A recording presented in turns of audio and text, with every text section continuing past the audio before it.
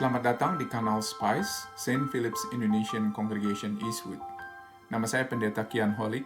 Selamat menikmati khotbah-khotbah Alkitabiah di kanal ini.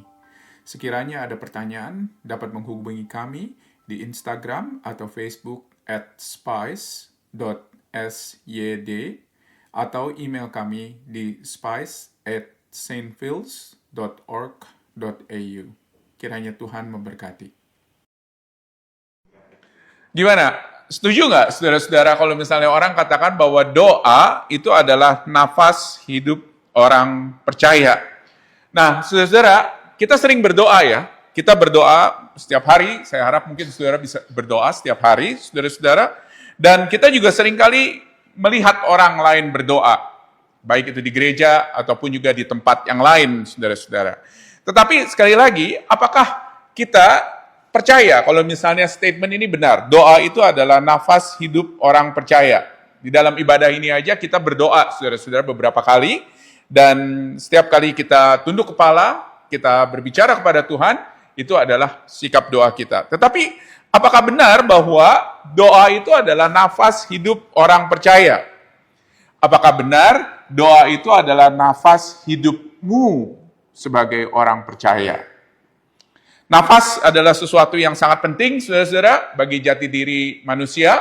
Manusia dinyatakan tidak eksis atau mati ketika tidak bernafas lagi biasanya, saudara-saudara. Atau mungkin jantungnya tidak berdetak lagi dan kita tidak bernafas. Kita mati. Tetapi doa dikatakan ini adalah nafas hidup orang percaya. Jadi dengan kata lain, saudara-saudara, untuk kita menjadi orang percaya yang dianggap sebagai sungguh-sungguh orang percaya, itu bukan hanya kita harus eksis, hidup, tetapi kita juga harus berdoa berarti. Betul nggak? Dan kita ditantang, saudara-saudara, untuk bertanya kepada diri kita sendiri, apakah doa sudah menjadi porsi yang terbesar di dalam kehidupan saya? Apakah saya itu sungguh betul adalah seorang yang memiliki doa sebagai nafas hidup saya, saudara-saudara? Dan terutama adalah apakah doa bersama-sama kita sebagai jemaat, ataukah sebagai kelompok KTB, ataukah sebagai kelompok home group, itu adalah sesuatu yang alkitabiah, saudara-saudara. Jadi kita akan address beberapa pertanyaan-pertanyaan itu hari ini, dan kita akan lihat bersama-sama apakah kehidupan doa kita sudah menjadi kehidupan yang proporsional, yang mencakup bagian yang sangat besar di dalam kehidupan kita. Kalau saudara pergi dari satu gereja ke gereja lain ya saudara-saudara ya, doa itu adalah sesuatu yang pasti saudara temukan di setiap gereja. Setiap gereja.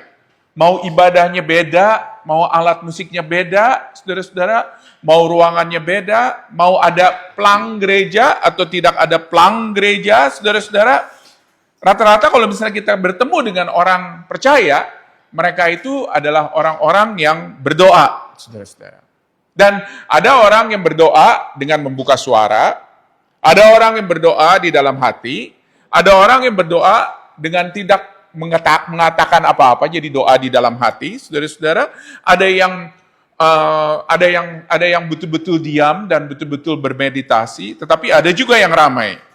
Dan biasanya, ketika orang berdoa, konotasi kita itu adalah orang yang desperate. Betul nggak? Ya, kebanyakan dari kita mungkin berdoa ketika kita desperate, saudara-saudara. Ketika kita mungkin mengalami jalan buntu, atau kita memerlukan pertolongan Allah yang lebih besar daripada kita untuk mengerjakan sesuatu yang kita akan hadapi. Apakah itu exam, apakah itu promosi, interview, dan lain sebagainya. Dan seringkali kita berdoa, karena apa? Karena kita bilang bahwa bagaimana kalau misalnya kita serahkan aja sama Tuhan. Dan seringkali, saudara-saudara, doa itu menjadi jalan terakhir dari semuanya. Jadi, coba jalan A, coba jalan B, coba jalan C. Kalau misalnya semuanya mentok, baru berdoa. Oke? Nah, kita akan belajar hari ini apa yang dikatakan oleh Yakobus mengenai doa, saudara-saudara. Yakobus adalah seorang murid Tuhan Yesus yang sangat praktis. Jadi dia menuliskan banyak hal-hal yang praktis dan juga dia menuliskan mengenai doa. Apa yang dia tuliskan di dalam suratnya ini mengenai doa itu yang akan kita lihat pada hari ini. Yang pertama, Dia bicara mengenai mengapa kita berdoa, saudara-saudara. Secara simpel aja, mengapa kita berdoa. Nah, tadi bagian yang kita lihat itu adalah Yakobus pasal yang kelima, di mana dia berbicara mengenai doa. Tetapi ini bukannya tiba-tiba, bukannya out of the blue, saudara-saudara. Dia bicara mengenai doa. Tetapi dia sebetulnya sudah bicara sebelumnya. Kalau kita lihat di pasal yang keempat, dia bicara banyak hal, saudara-saudara, mengenai bagaimana manusia itu adalah manusia yang tidak berdaya. Manusia yang tidak berdaya. Jadi boleh dibilang adalah manusia yang memiliki keterbatasan, banyak keterbatasan. Kita boleh dibilang sekarang ini hidup, saudara-saudara, di dalam zaman di mana manusia itu memiliki segala sesuatu yang modern. Achievement, saudara-saudara. Keberhasilan. Dan juga kemajuan teknologi, obat-obatan, dan lain sebagainya, saudara-saudara. Tetapi di sisi lain, kita itu adalah tetap manusia yang terbatas. Kita adalah manusia yang terbatas. Dan di pasal 4, mulai ayatnya yang ke-13 ada di layar, dia bicara mengenai hal ini, saudara-saudara, Yakobus. Dia katakan apa? Hari ini atau besok, dia katakan, kami akan berangkat ke kota Anu, dan di sana kami akan tinggal setahun atau berdagang, serta mendapat untung, sedang kamu tidak tahu apa yang akan terjadi besok. Apakah arti hidupmu? Hidupmu itu sama seperti uap yang sebentar saja kelihatan lalu lenyap. Sebenarnya, kamu harus berkata, jika Tuhan menghendakinya, kami akan hidup dan berbuat ini dan itu. Apa yang kita baca di sini? Apa yang kita baca di sini? Dia katakan apa? Hidup itu sementara. Hidup itu sementara. Hidup itu ada sekarang, tetapi besok bisa hilang. Dan ini kenyataannya, saudara-saudara. Ini kenyataannya dan ini harus membuat kita sadar betapa kita adalah manusia yang terbatas. Kita bisa mengontrol banyak hal, kemajuan manusia, saudara-saudara, bisa mengontrol banyak hal, tetapi sekali lagi, manusia itu adalah sangat rapuh, terbatas. Dan menarik sekali, saudara-saudara, ada banyak orang dengan kekayaan yang berlimpah, dan juga dengan kekuasaan yang luar biasa besar, tetapi suatu hari, suatu ketika, hidupnya harus berakhir. Sesuatu yang sangat simpel, sangat sederhana, saudara-saudara, dan seringkali itu tidak masuk hitungan orang-orang yang rakus, orang-orang yang ingin berkuasa, dan lain sebagainya, sehingga tidak sadar kalau misalnya hidupnya itu sebetulnya adalah hidup yang terbatas. Orang yang terkuat sekalipun, saudara-saudara, pada akhirnya hidupnya itu harus berakhir, saudara-saudara. Ini adalah bangunan di Pyongyang, saudara-saudara. Pyongyang itu adalah ibu kota Korea Utara. Bangunan ini, saudara-saudara, ada bangunan yang disebut sebagai Kumsusan Memorial Palace. Saya nggak tahu bacanya benar apa enggak, tetapi Kumsusan. Dan di gedung ini, saudara-saudara, ada dua mayat yang diawetkan. Yang pertama itu adalah mayat Kim Il-sung, saudara-saudara, dan Kim Jong-il. Ini dua pemimpin revolusi Korea Utara yang terkenal, dan dua-duanya telah meninggal. Tetapi, supaya kepemimpinan daripada si pemimpin revolusi ini tetap, saudara-saudara, dirasakan, atau mungkin juga tetap menjadi kenangan, dan lain sebagainya, saudara-saudara, mayatnya diawetkan. Sampai sekarang loh. Sampai sekarang ada. Kalau saudara pergi ke sana, saudara akan lihat. Dan mereka dianggap oleh rakyat Korea Utara sebagai the eternal leaders. The eternal leaders. Atau pemimpin kekal negara ini, saudara-saudara. Jadi kalau misalnya saudara lihat, saya lihat video-video yang orang-orang dari Korea Utara, kemana-mana orang-orang biasa itu selalu pakai apa? Pakai bros atau pakai apa sebutnya, ya? Itu dengan foto kedua pemimpin itu, saudara-saudara. Kedua pemimpin itu, oke? Karena dua orang ini sudah mati, tetapi kepemimpinannya tetap dikenang. Jadi mayatnya tetap ada, saudara-saudara, diawetkan, walaupun mereka sudah mati. Tetapi kenyataannya mereka nggak berdaya. Mereka sama sekali tidak berdaya, mereka bukan sebetulnya eternal leaders. Ya. Jadi dengan kata lain, Manusia boleh memiliki kekuasaan yang besar. Manusia boleh berpikir bahwa dia ingin berkuasa atau dia memiliki kekayaan yang besar, kekuasaan yang besar, tetapi pada akhirnya manusia terbatas, saudara-saudara. Lalu apa yang harus dilakukan oleh manusia? Di ayat 15 dia katakan apa? Kata Yakobus pasal yang keempat. Jika Tuhan menghendakinya, maka kami akan hidup dan berbuat ini dan itu. Jadi saudara-saudara, manusia harus tahu di dalam keterbatasannya, yang pertama-tama, saudara-saudara, itu bukan sebuah keterbatasan di mana dia berdoa karena kepepet, begitu loh. Jadi doa itu adalah sebuah ekspresi dari kesadaran kita, kalau misalnya kita itu terbatas, saudara-saudara. Doa itu adalah ekspresi dari kesadaran kita di mana kita itu terbatas. Jadi yang pertama-tama, saudara-saudara, kita harus tahu bahwa keterbatasan kita itu membuat kita untuk kita datang kepada Tuhan dan berdoa. Jadi bukan karena kepepet. Bukan karena kepepet, saudara-saudara. Tetapi doa itu adalah sebuah kata-kata yang dikatakan kepada Tuhan, dan doa ini adalah doa yang hopeful, doa yang beriman. Kalau kita lihat di ayatnya yang ke-14 yang tadi kita lihat, 15 yang tadi kita lihat itu, dikatakan di sini bahwa ini adalah doa beriman. Doa di mana dia tahu bahwa dirinya terbatas, tetapi Tuhan adalah Tuhan yang berkuasa dan Tuhan yang tidak terbatas, saudara-saudara. Oleh karena itu dia katakan apa? Kalau Tuhan menghendaki, dia katakan, atau kalau misalnya Tuhan berkehendak, maka ini semua akan terjadi. Jadi dia tahu keterbatasannya, dia tahu Tuhan tidak terbatas, dan dia berdoa kepada Tuhan yang tidak terbatas itu. Dan kalau Tuhan menghendaki, dia katakan, maka tidak ada hal yang tidak mungkin terjadi, saudara-saudara. Itu doanya. Jadi ini bukan doa orang desperate.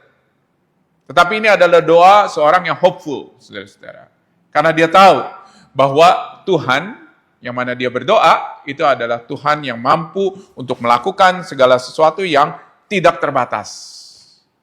Karena dia berkuasa, saudara-saudara. Dia adalah Allah yang berkuasa. Dan ketika Tuhan menghendaki, semua akan terjadi. Ya. Kita mungkin bisa memberikan kesaksian, saudara-saudara, dalam kehidupan kita, di mana kalau Tuhan kehendaki, itu akan terjadi. Sesuatu yang mustahil di mata manusia, itu bisa terjadi di mata Tuhan, saudara-saudara. Dan ketika saudara mengalami hal tersebut, saudara harus bersyukur kepada Tuhan dan berterima kasih, karena apa? Karena saudara bisa melihat bahwa karya Tuhan yang sangat luar biasa, dan saudara bisa tahu kalau misalnya Tuhan yang saudara sembah adalah Tuhan yang berkuasa, dan dia adalah yang memberikan kepada kita apa yang menjadi kehendaknya. Dia, saudara-saudara, adalah Allah yang tahu semua hal dan menghendaki yang baik buat kita. Oleh karena itu, kata Yakobus apa? Kita harus beriman kepada dia. Jadi doa, saudara-saudara, itu bukanlah sign of desperation. Doa itu bukan karena kita kepepet, tetapi doa itu karena kita tahu kalau misalnya kita terbatas, Allah adalah Allah yang tidak terbatas, dan kita bisa datang kepada dia untuk meminta, saudara-saudara. Jadi doa itu bukan karena kita kepepet. Ya, karena kita tahu, saudara-saudara, bahwa apa? Bahwa Allah itu adalah Allah yang berkuasa. Oleh karena itu, doa itu saya setuju dengan kalimat yang tadi kita lihat. Doa itu adalah seharusnya menjadi nafas hidup kita. Oke? Jadi bukan hanya sekedar doa, tetapi doa di mana kita tahu bahwa kita terbatas, Allah tidak terbatas, dan itu yang kita suarakan kepada Allah. Dan kita harus bilang kepada Allah, aku tahu Tuhan, Engkau tidak terbatas. Aku tahu, aku terbatas. Oleh karena itu Tuhan, kalau misalnya Tuhan berkehendak, biarlah kiranya aku bisa pergi ke sana atau ke sini, saudara-saudara. Untuk kita meminta kepada Tuhan, untuk Tuhan boleh berjalan di depan kita. Ya. Musa menggunakan doanya itu, saudara-saudara, ketika dia memimpin bangsa Israel keluar dari Mesir, dia katakan apa? Tuhan, berjalanlah di depan kami. Karena apa? Karena dia tahu, saudara-saudara, kalau misalnya dia terbatas, orang Israel terbatas, dan Tuhan adalah Tuhan yang tidak terbatas. Dan luar biasa, dia melakukan hal-hal yang sangat luar biasa dan di luar pikiran manusia, saudara-saudara. membelah Laut Merah, memimpin orang Israel masuk ke tanah perjanjian, berperang, saudara-saudara, dan lain sebagainya. Itu semuanya adalah hal-hal yang impossible buat orang Israel. Tetapi menjadi possible. Karena apa? Karena Tuhan memimpin mereka, saudara-saudara. Bagaimana dengan hidup kita? Sebuah pertanyaan ya. Apakah kita berdoa karena kita kepepet? Ataukah kita berdoa karena kita tahu kalau misalnya Allah itu adalah Allah yang berkuasa. Yang kedua, saudara-saudara, doa seperti ini, yang tadi kita baca di ayat yang ke-15, adalah doa yang tahu bahwa kehendak Tuhan itu adalah di atas segala-galanya. Bahwa kehendak Tuhan itu supreme, saudara-saudara, di atas segala-galanya. Dan seorang yang berdoa seperti ini, dia berdoa bukan menggunakan Tuhan sebagai asistennya atau menjadi asistennya. Atau seperti jin, saudara-saudara, yang tiba-tiba digosok begitu ya, ininya mungkin tempatnya atau mungkin guci aluminiumnya, saudara-saudara, dan tiba-tiba keluar dan bertanya apa yang bisa dia lakukan kepada tuannya begitu loh. No, Tuhan bukannya seperti itu, saudara-saudara. Tuhan itu adalah Allah yang berkuasa. Jadi ketika kita berdoa, kita bukan menyuruh Tuhan. Kita bukan menyuruh Tuhan. Tetapi karena kita tahu bahwa Tuhan adalah Tuhan yang berkuasa. Dan doa yang seringkali menyuruh Tuhan, saudara-saudara, adalah doa yang tidak sadar kalau misalnya Tuhan itu sebetulnya jauh lebih berkuasa. Dia adalah Allah yang memerintah, dan dia adalah Allah yang tidak terbatas dan berkuasa. Oleh karena itu, ketika kita berdoa seperti ini, di ayatnya yang ke-15 yang tadi kita baca, yang harus kita lakukan secara praktis, saudara-saudara, ketika kita berdoa seperti itu adalah pertama-tama kita harus sabar. Kita harus sabar, saudara-saudara. Karena ketika kita berdoa, kita nggak bisa mendapatkan hasil yang instan. Kita harus sabar, saudara-saudara. Dan ini bertolak belakang ya. Dengan apa yang menjadi filosofi kehidupan kita, karena apa, saudara-saudara? Kita selalu kepingin easy fix dari doa atau hasil doa kita. Kita berdoa karena kita kepepet, mau exam dan lain sebagainya, saudara-saudara, dan doa sama Tuhan dan meminta sebuah easy fix dari problem yang akan kita hadapi. Berdoa kepada Tuhan dengan mengatakan apa? Tuhan tolong bikin exam saya ini berhasil, padahal nggak belajar, saudara-saudara, sudah 1 minggu. Ya itu adalah sebuah easy fix yang impossible. Karena kita harus berdoa, dan kita harus berusaha, dan kita harus sabar, saudara-saudara. Ini sesuatu yang mungkin kita harus lihat lebih dalam lagi. Doa harus menjadi kehidupan kita, saudara-saudara. Dan ini berisi sebuah kesabaran. Oleh karena itu, Yakobus di Yakobus 5 ayat 7 ada di layar, saudara-saudara. Dia katakan di situ, karena itu saudara-saudara bersabarlah sampai kedatangan Tuhan. Bersabarlah sampai kedatangan Tuhan. Sesungguhnya petani menantikan hasil yang berharga dari tanahnya dan ia sabar sampai telah turun hujan musim gugur dan hujan musim semi. Jadi dengan kata lain, saudara-saudara, ketika kita berdoa dengan mengatakan Tuhan, Engkau berkuasa, Engkau besar dan Engkau mampu ya Tuhan untuk melakukan sesuatu yang di luar pikiranku, kita harus juga sabar, saudara-saudara. Ini bukan easy fix. Kita nggak memaksakan kehendak kita kepada Tuhan. Tuhan itu bukannya pesuruh dari kita. Dia bukannya seorang yang akan melakukan apa yang sulit buat kita, saudara-saudara, atau fix masalah kita dengan instan. Tetapi ketika kita berdoa, kita harus berdoa dengan sabar dan kita harus berusaha, saudara-saudara. Oke? Jadi ini penting sekali. Yang kedua, saudara-saudara, kita harus berdoa dalam segala hal. Di ayat 13, dia katakan di sini, kalau ada seorang di antara kamu yang menderita, baiklah ia berdoa. Ya. Kalau ada seorang yang bergembira, baiklah ia menyanyi. Ini menarik, saudara-saudara, kalau misalnya kita membaca bahasa aslinya, dari 2 kata ini, saudara-saudara, yaitu menyanyi ya, dan berdoa, itu dipakai sebetulnya 2 kata yang berbeda, tetapi maksudnya itu adalah doa. Jadi, bukannya berarti menyanyi itu bukan berdoa. Ya, seringkali kita membedakan ya. Oh, ini menyanyi, ini berdoa, begitu loh. Oke. Tetapi ketika kita menyanyi, memuji, memuliakan Allah, meninggikan Allah, ya, mendorong orang lain yang ada di sebelah kanan, sebelah kiri kita untuk berjalan bersama dengan Kristus, saudara-saudara, itu sebetulnya adalah doa kita. Oke? Kalau saya nggak memisahkan antara nyanyian dengan doa, saudara-saudara. Karena menurut saya kedua hal itu adalah hal kalau misalnya kita lakukan dari iman percaya kita, maka dua-duanya itu bisa menjadi doa kita kepada Tuhan. Oke? Jadi sekali lagi, saudara-saudara, ketika kita berdoa, ini bukan adalah doa yang desperate atau doa yang easy fix, tetapi kita harus berdoa, saudara-saudara, di dalam segala hal, di dalam segala macam hal. Mau ketika kita menderita, kita berdoa.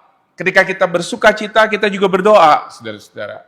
Berapa banyak dari kita yang hanya kalau misalnya kita menderita, baru kita berdoa kepada Tuhan. Sebuah evaluasi yang harus kita lakukan di dalam kehidupan kita, saudara-saudara. Karena ketika kita memuji, memuliakan Tuhan, sebetulnya kita sedang meninggikan Dia di dalam bentuk nyanyian atau bentuk melodi.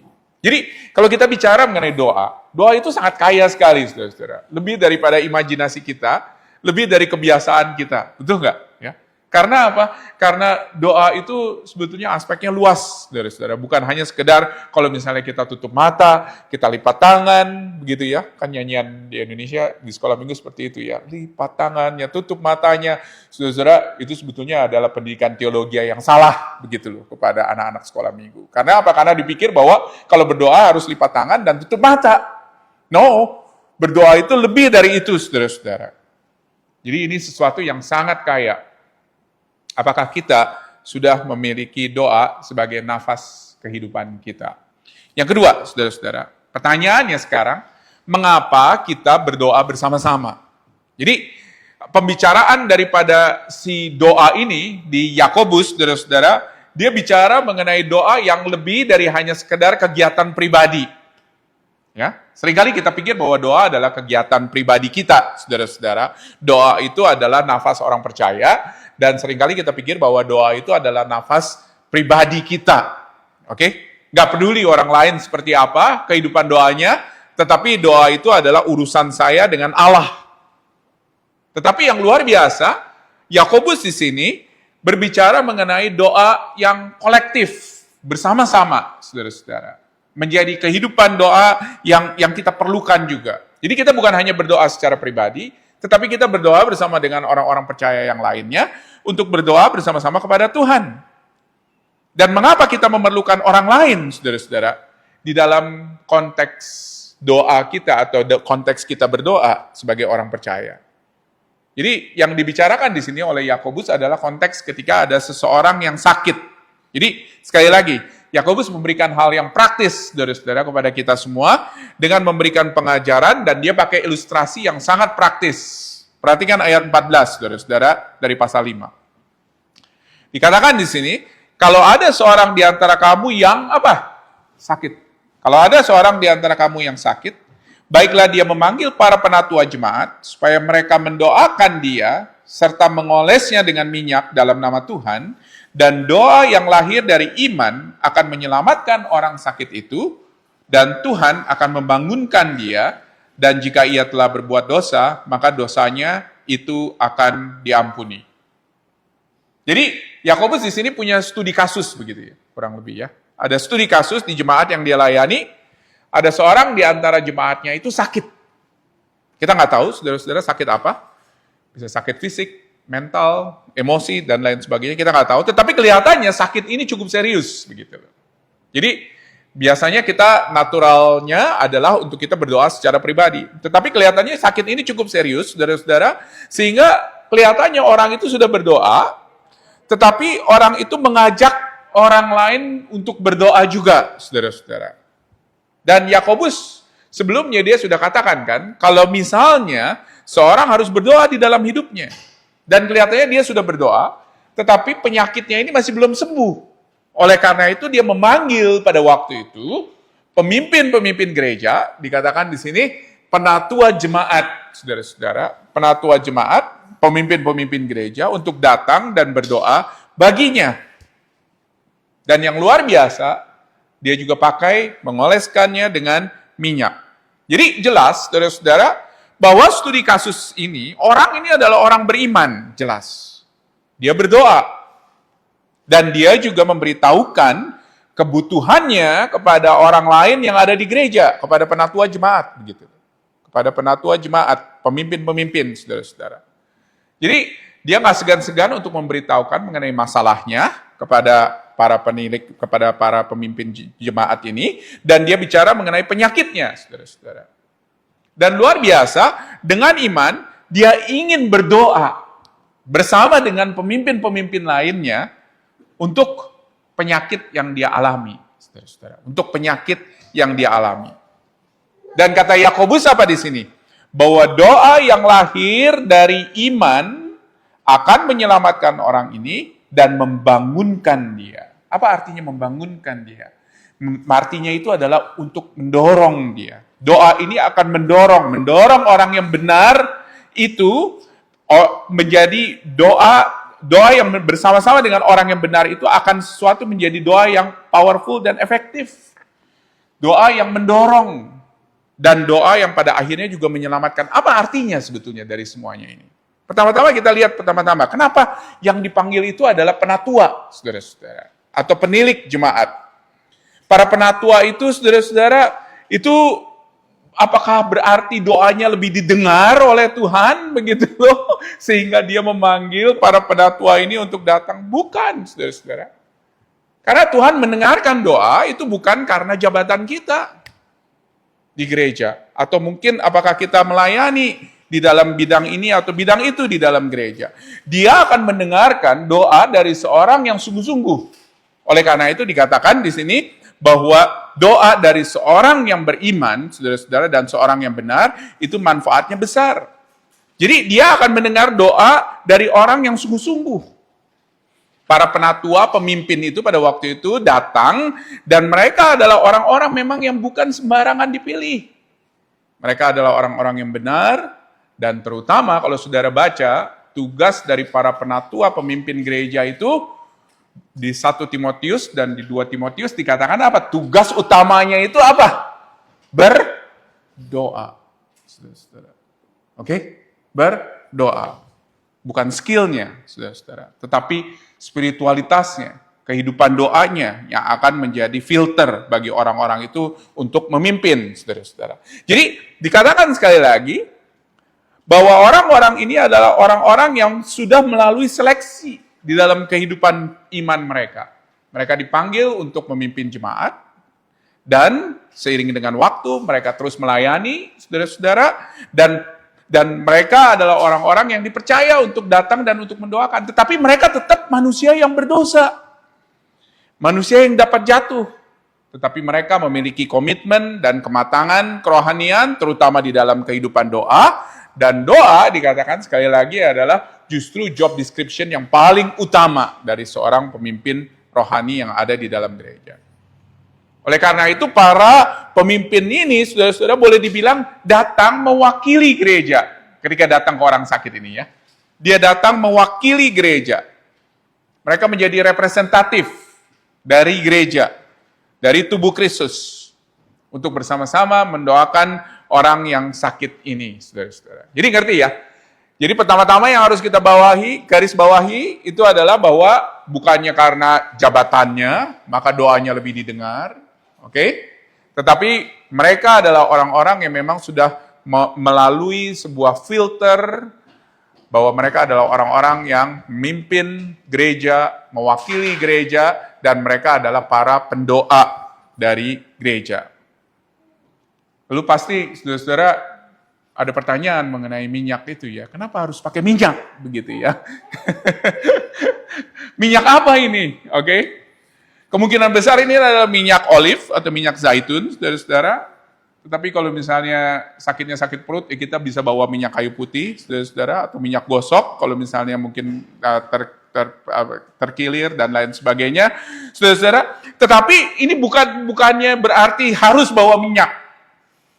Bukannya berarti harus bawa minyak. Karena pada waktu itu, saudara-saudara, apa yang dilakukan oleh orang-orang ketika menyembuhkan atau datang kepada orang sakit itu adalah membalurnya dengan minyak. Itu adalah sebuah medicinal praktis, saudara-saudara, yang dilakukan oleh orang-orang pada zaman Yakobus, saudara-saudara. Jadi minyak itu bukan esensnya di sini. Oke? Bukan karena minyak, bukan berarti kita harus berdoa dengan memakai minyak, saudara-saudara. Tetapi yang terpenting ialah bagaimana orang-orang ini adalah orang-orang yang memang sungguh beriman kepada Tuhan. Mereka adalah para pendoa dari gereja, mereka pemimpin-pemimpin gereja, dan mereka datang, saudara-saudara, pada waktu itu untuk memberikan sebuah practical help kepada orang yang sakit ini. Jadi menarik nih, doa ini bukan hanya kegiatan spiritual loh, saudara-saudara. Oke? Jadi banyak dari kita pikir bahwa ketika kita berdoa, ya udah kita doakan begitu. Tetapi di dalam kehidupan kerohanian si para pemimpin ini, dia juga memberikan sebuah tawaran untuk membantu orang ini untuk mengatasi penyakitnya. Ngerti nggak, saudara-saudara, yang saya maksud di sini? Ya. Jadi ketika dia datang dan berdoa dengan minyak, itu maksudnya ialah untuk membantu orang ini supaya orang ini tidak terlalu sakit. Karena minyak itu adalah punya medicinal purpose, saudara-saudara, pada waktu itu.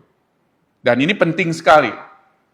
Bagaimana bentuk fisik, bentuk nyata dari kita ketika kita mendoakan orang lain. Seringkali kita mendoakan orang lain hanya sekedar berdoa aja. Karena apa? Karena ya udah, doa aja lah. Ya nggak? Kita bingung juga mau bantunya seperti apa. Tetapi kalau misalnya saudara bisa membantu orang ini, why not untuk kita bantu orang tersebut? Ya nggak? Apakah itu dengan membawa obat? Apakah itu dengan membawa buah? Apakah itu mungkin dengan memberikan kekuatan dan memberikan orang-orang yang bisa membantu orang ini dan lain sebagainya? Itu semuanya adalah bentuk practical help yang mana Yakobus akan mendorong kepada jemaatnya dan semua orang yang ada di dalam jemaatnya juga untuk berbuat seperti itu.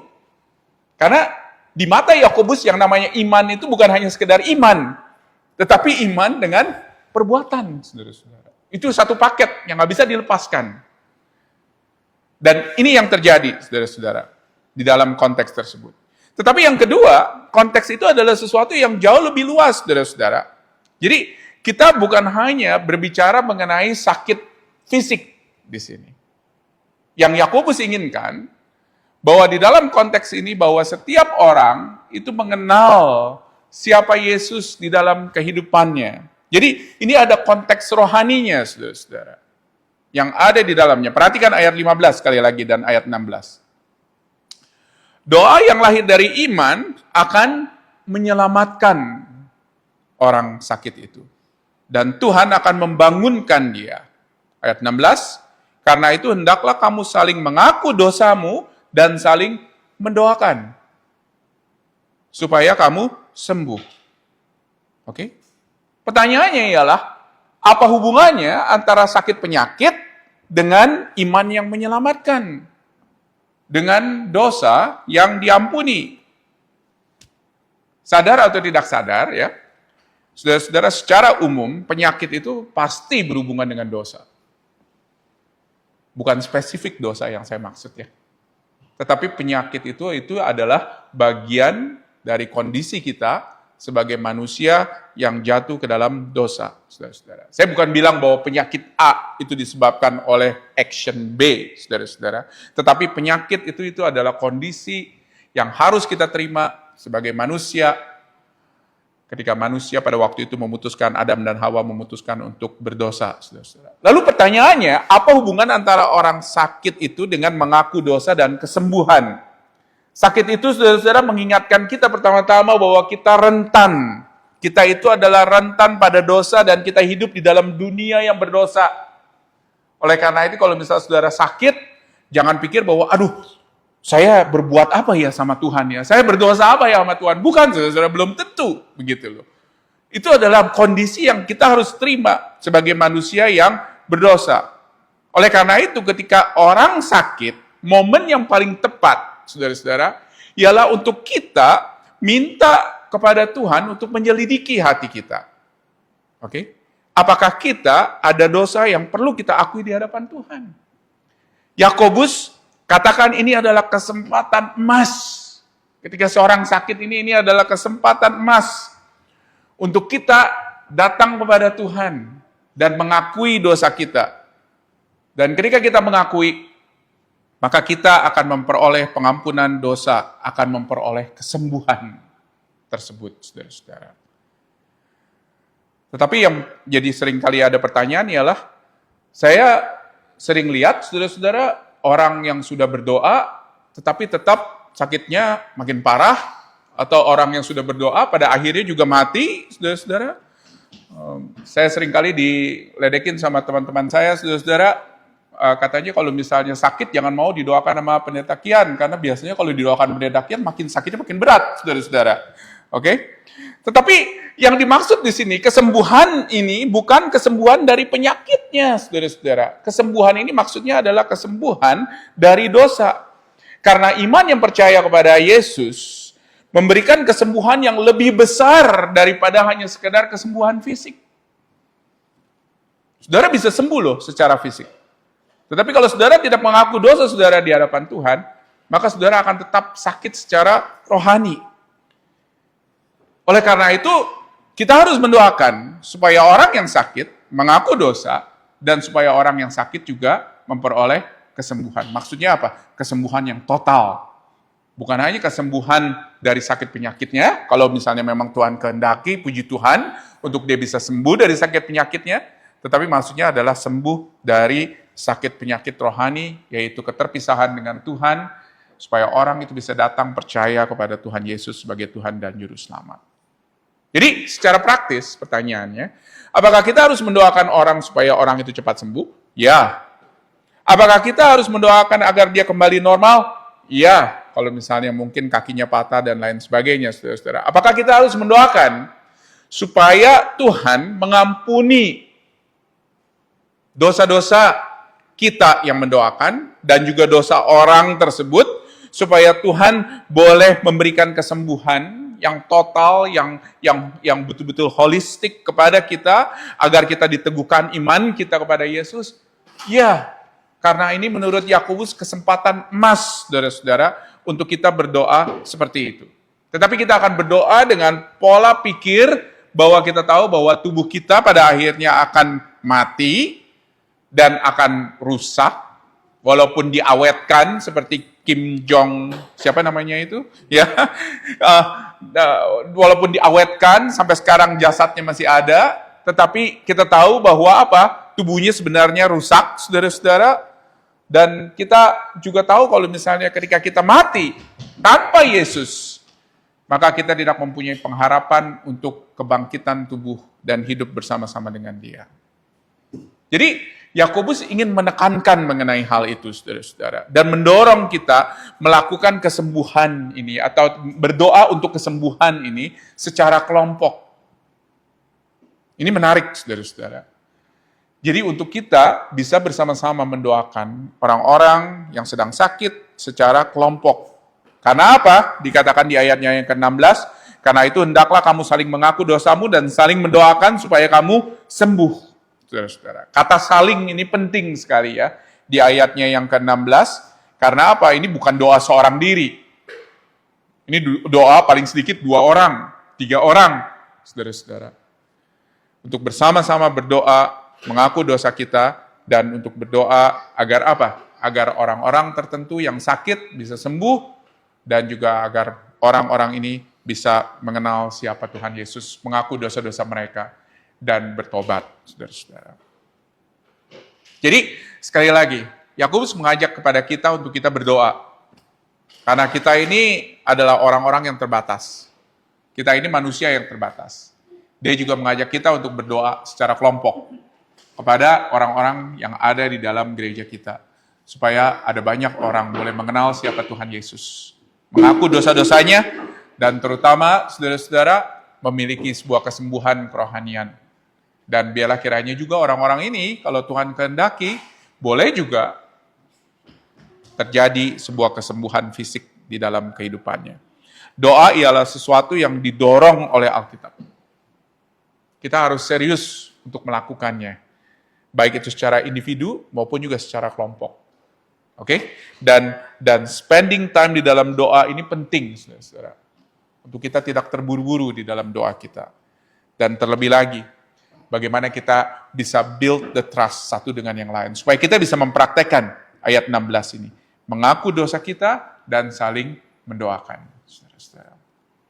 Saudara, beberapa minggu ini kita akan lihat ya mengenai topik praktis mengenai doa ini. Minggu depan kita akan lihat bagaimana kita harus berdoa untuk bangsa di mana kita tinggal atau bangsa di mana kita berasal.